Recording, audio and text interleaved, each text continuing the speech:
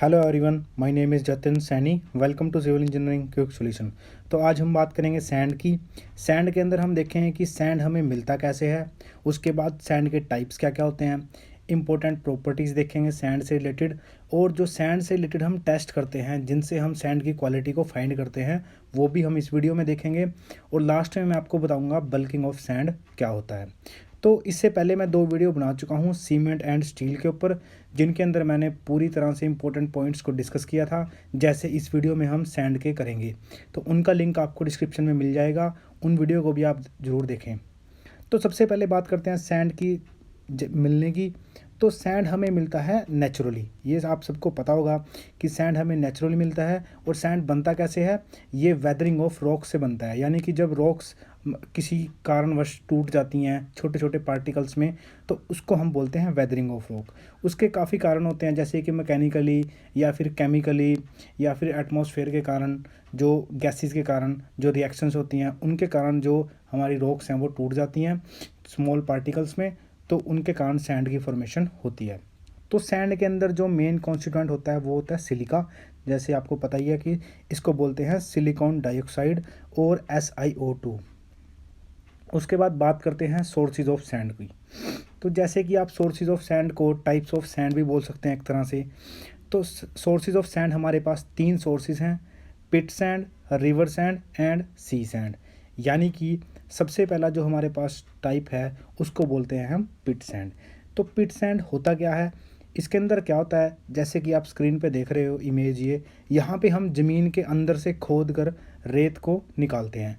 यानी कि 1 से 2 मीटर मिनिमम डेप्थ होती है, ग्राउंड लेवल से 1 से 2 मीटर से नीचे जो डेप्थ हम खोदते हैं ज़मीन को, उसके बाद हम जो सैंड है उसको निकालते हैं।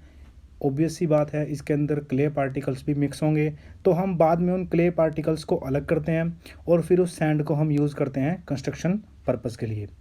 तो ये आपको याद रखना है कि मिनिमम जो डेप्थ होती है वो 1 से 2 मीटर होती है, यानी कि इससे ज़्यादा डेप्थ हम नीचे तक जा सकते हैं, लेकिन 1 से 2 मीटर हमें ऊपर वाली सॉइल को छोड़ के नीचे जो एक्सकवेशन करेंगे फिर हम सैंड को निकालेंगे। उसके बाद जो हमारा नेक्स्ट टाइप है, अब इसके अंदर क्या होता है कि जो ये जो सैंड होता है, जो पिट सैंड होता है, इसके अंदर जैसे कि मैंने आपको बताया क्ले पार्टिकल होते हैं। उन क्ले पार्टिकल को हम अलग करते हैं पहले, तो फिर हम उसको कंक्रीट में या फिर मोर्टार में उस सैंड को यूज़ करते हैं। तो उसके बाद जो नेक्स्ट टाइप है हमारे पास रिवर सैंड।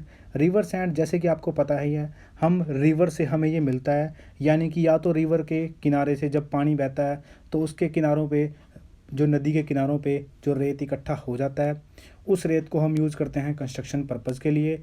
या फिर जो नदी के बेड में, यानी कि नदी के नीचे जब जब नदी में पानी सूख जाता है, या फिर हम चलती हुई नदी में से भी कई बार रेत को निकालते हैं, तो उस टाइप के हम सैंड को यूज़ करते हैं कंस्ट्रक्शन पर्पज़ के लिए। इसकी क्वालिटी, इसकी सबसे ख़ास बात यह है कि इसकी क्वालिटी बहुत अच्छी होती है सैंड की, और इसको हमें, इसके अंदर क्ले पार्टिकल्स भी नहीं होते, इम्प्योरिटीज़ इसके अंदर बहुत कम होती हैं, ज़्यादातर इम्प्योरिटीज़ इसके अंदर नहीं होती, तो इसको हम डायरेक्टली यूज़ कर सकते हैं कंस्ट्रक्शन पर्पज़ के लिए। तो ये हम बहुत ज़्यादा इसी सैंड को यूज़ करते हैं। आपने देखा होगा नदियों से हम रेत को निकालते हैं और कंस्ट्रक्शन पर्पज़ के लिए हम यूज़ करते हैं, तो ये वही रेत होता है। उसके बाद जो नेक्स्ट है वो होता है हमारा सी सैंड। यानी कि हमने पिट सैंड देखा, रिवर सैंड देखा, अब थर्ड टाइप है सी सैंड। सी सैंड जैसे कि आपको नाम से ही पता लग रहा है सी सैंड, तो ये हमें समुद्र से मिलता है। जैसे कि आपने देखा होगा बीचेज़ के ऊपर काफ़ी रेत पड़ा होता है, तो वो सैंड हमें समुद्र के किनारों से जो रेत मिलता है उसको बोलते हैं हम सी सैंड। इसका जो कलर होता है वो ब्राउन कलर का होता है। इसके अंदर जो सॉल्ट्स हैं वो काफ़ी मात्रा में सॉल्ट्स प्रेजेंट होते हैं, इसलिए हम इसको डायरेक्टली कंस्ट्रक्शन में यूज़ नहीं करते। अगर हमें इसको यूज़ करना है तो हमें इसके अंदर के सॉल्ट्स रिमूव करने पड़ेंगे। इसके अंदर और भी इम्प्योरिटीज़ होती हैं, तो इसको हम बहुत ही कम कंस्ट्रक्शन में यूज़ करते हैं। तो ये हमारे 3 टाइप थे सैंड के। उसके बाद जैसे कि आपको पता है classification of sand. Classification of sand में हमारे पास 3 तरह की क्लासिफिकेशन होती है, फाइन सैंड, कोर्स सैंड और ग्रेवली सैंड। यानी कि सबसे पहला जो जो सैंड का टाइप है वो है फाइन सैंड। ये अब आप कैसे फाइंड करोगे कि ये फाइन सैंड है या कोर्स सैंड है, आप क्या करोगे, एक सीव एनालिसिस करते हैं जिससे हमें जो सैंड के साइज़ का पता लगता है, उसी से हमें पता लगेगा कि सैंड फाइन है या कोर्स है। तो इसके अंदर हम क्या करते हैं, फाइन सैंड में आप क्या करोगे, 1.5875 mm की सीव लोगे, एक उसके अंदर से सैंड को पास करवाओगे, अगर उसके अंदर से सैंड पास हो जाता है वो सारा, तो फिर हम उसको बोलेंगे ये फाइन सैंड है। यानी कि फाइन सैंड हम कैसे पता करेंगे? सीव एनालिसिस करके 1.5875 mm की सीव के अंदर से सैंड को पास करवाएंगे। तो ये आपको जो इसका साइज़ है वो याद रखना है फाइन सैंड की सीव का।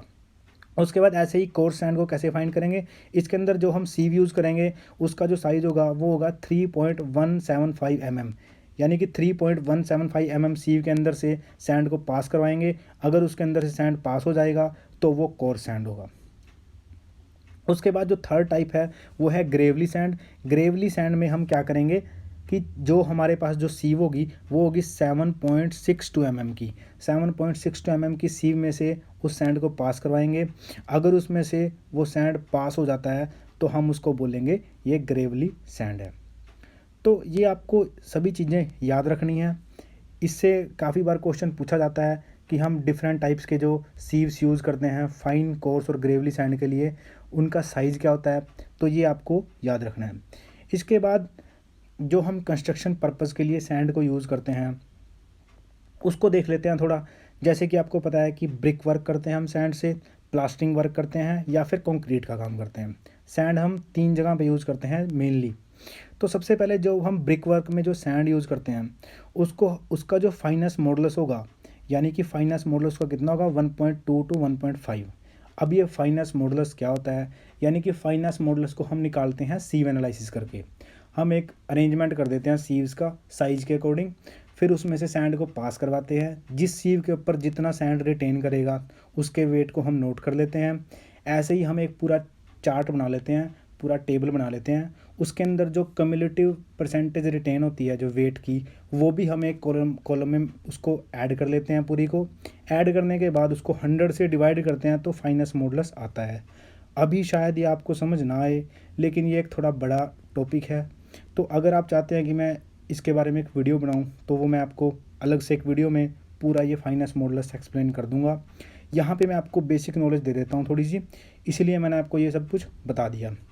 तो आप जनरली आपको थोड़ा अंडरस्टैंडिंग हो जाएगी कि फाइनेस्ट मॉडुलस में हम करते क्या हैं, सीव एनालिसिस ही करते हैं। तो अगर सैंड का फाइनेस्ट मॉडुलस 1.2 टू 1.5 है तो उसको हम फाइन सैंड, अगर हम उसको यूज़ करेंगे ब्रिक वर्क में, ये आपको याद रखना है। और इसके अंदर जो सिल्ट कंटेंट होना चाहिए वो 4% से कम होना चाहिए। ऐसे ही प्लास्टरिंग वर्क में जो हमारा फाइनेस्ट मॉडुलस है वो 1.5 से ज़्यादा नहीं होना चाहिए। यानी कि finest modulus of fine sand should not be more than 1.5। और इसका जो सिल्ट कंटेंट है इसके अंदर वो भी 4% से कम ही होना चाहिए, यानी कि 4% से ज़्यादा नहीं होना चाहिए। तीनों कंडीशंस में आपको याद रखना है जो सिल्ट कंटेंट है वो 4% से ज़्यादा नहीं होना चाहिए सैंड के अंदर, जो आप ब्रिक वर्क में, प्लास्टरिंग वर्क में या कंक्रीटिंग में यूज़ करोगे। उसके बाद जो कंक्रीटिंग वर्क्स है इसके अंदर जो आपका फाइनेस्ट मॉडुलस है वो 2.5 टू 3.5 होना चाहिए। तब उस टाइप के सैंड को हम कंक्रीट वर्क में यूज़ करेंगे, ये आपको याद रखना है। उसके बाद बात करते हैं नेक्स्ट की प्रॉपर्टीज़ ऑफ गुड सैंड, यानी कि एक अच्छे सैंड की क्या क्या प्रॉपर्टीज़ होंगी, यानी कि आप कैसे पता करोगे कि जो सैंड की क्वालिटी है वो अच्छा है सैंड, या फिर वो उसको आप यूज़ कर सकते हो या नहीं। सबसे पहले तो it should be clean and course, यानी कि वो बिल्कुल क्लीन होना चाहिए। ऐसा नहीं है उसके अंदर कुछ मिला, कुछ मिक्सचर है किसी पार्टिकल्स का, तो वो क्लीन होना चाहिए और वो कोर्स होना चाहिए। उसके बाद जो आपका नेक्स्ट है वो उसके अंदर ऑर्गेनिक मटेरियल नहीं होना चाहिए, ऑर्गेनिक मैटर नहीं होना चाहिए। उसके अंदर जो आपका वेजिटेबल्स, ऑर्गेनिक मैटर, ये सब से वो फ्री होना चाहिए।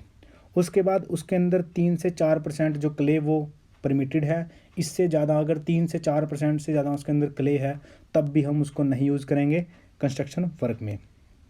उसके बाद जो उसकी शेप होनी चाहिए वो एंगुलर शेप होनी चाहिए। जो सैंड पार्टिकल है कोई भी, उसकी शेप एंगुलर होनी चाहिए, कोर्स होना चाहिए और ड्यूरेबल वो होना चाहिए। उसके बाद उसके अंदर जैसे कि मैंने आपको पहले बताया था, सॉल्ट्स उसके अंदर नहीं होने चाहिए। सॉल्ट सैंड के अंदर होंगे तो वो हमारी कंस्ट्रक्शन के लिए अच्छा सैंड नहीं होगा। तो उसके बाद इसके वेल ग्रेडेड होना चाहिए। It should contain particles of various size in suitable proportions, यानी कि वेल ग्रेडेड का मतलब ये होता है कि उसके अंदर सभी जो साइज़ के पार्टिकल्स होने चाहिए। उसके बाद it should be strong and durable, वो मैंने आपको पहले ही बता दिया है। इट शुड बी क्लीन, वो भी मैंने बता दिया आपको। फ्री फ्रॉम क्ले, वो भी मैंने बता दिया आपको। ये सभी जो प्रॉपर्टीज़ थी वो एक गुड सैंड की प्रॉपर्टीज़ मैंने आपको बताई हैं। उसके बाद देख लेते हैं टेस्ट। हम दो तरह के टेस्ट करते हैं सैंड की क्वालिटी को फाइंड करने के लिए, और ये बिना किसी इंस्ट्रूमेंट के ही हम इन टेस्ट को कर लेते हैं। सबसे पहला जो टेस्ट होता है उसके अंदर हम फाइंड करते हैं कि क्ले, क्या सैंड के अंदर क्ले पार्टिकल्स है या नहीं। तो सबसे पहले, और जो दूसरा टेस्ट है वो हम करते हैं ऑर्गेनिक मैटर को फाइंड करने के लिए। सबसे पहले जो हम क्ले पार्टिकल्स को टेस्ट करते हैं उसके अंदर हम क्या करते हैं, सैंड को एक कांच के गिलास में पानी डाल के उसके अंदर आप एक मुट्ठी सैंड की लोगे, उसके अंदर पानी के अंदर डाल दोगे गिलास में, उसको अच्छे से मिक्स करोगे। मिक्स करने के बाद हम उसको सेटल होने के लिए रख देंगे।